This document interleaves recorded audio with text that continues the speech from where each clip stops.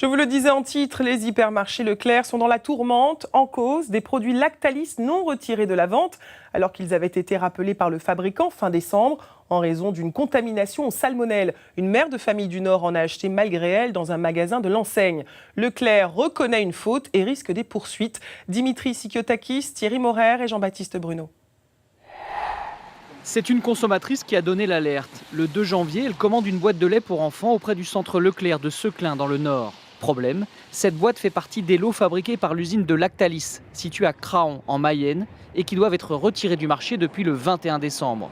Une faute pour le patron du premier groupe français de distribution. L'information sanitaire de retrait nous est bien parvenue. Cela requiert un travail méticuleux de repérage en magasin. Mais la gestion humaine n'a pas suivi. Cette défaillance est inadmissible. Nous assumons cette faille et nous nous en excusons auprès des parents.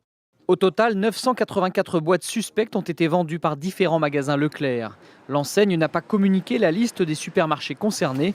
Elle tente aujourd'hui de contacter les 782 clients qui ont acheté ces lots. Une négligence qui pourrait avoir des conséquences selon le gouvernement. Il faudra déterminer les responsabilités et ça, ce sera fait avec la plus grande, je l'espère, rapidité et sévérité si les responsabilités sont avérées. Pour les victimes de cette contamination, la responsabilité est aussi du côté de l'État. Elle fustige un manque de transparence. Personne ne reçoit aucune information des autorités à l'heure actuelle. Et je le dis, c'est bien d'aller en Chine pour aller vendre le lait infantile. Ça serait mieux d'être en France pour essayer de résoudre ce problème, essayer de répondre aux familles qui sont inquiètes, qui n'arrivent pas à trouver les numéros de lots contaminés puisqu'il faut les chercher de manière très attentive pour arriver à les trouver. Nous avons contacté la répression des fraudes pour quelques explications, mais jusqu'à présent, celle-ci n'a pas souhaité nous répondre.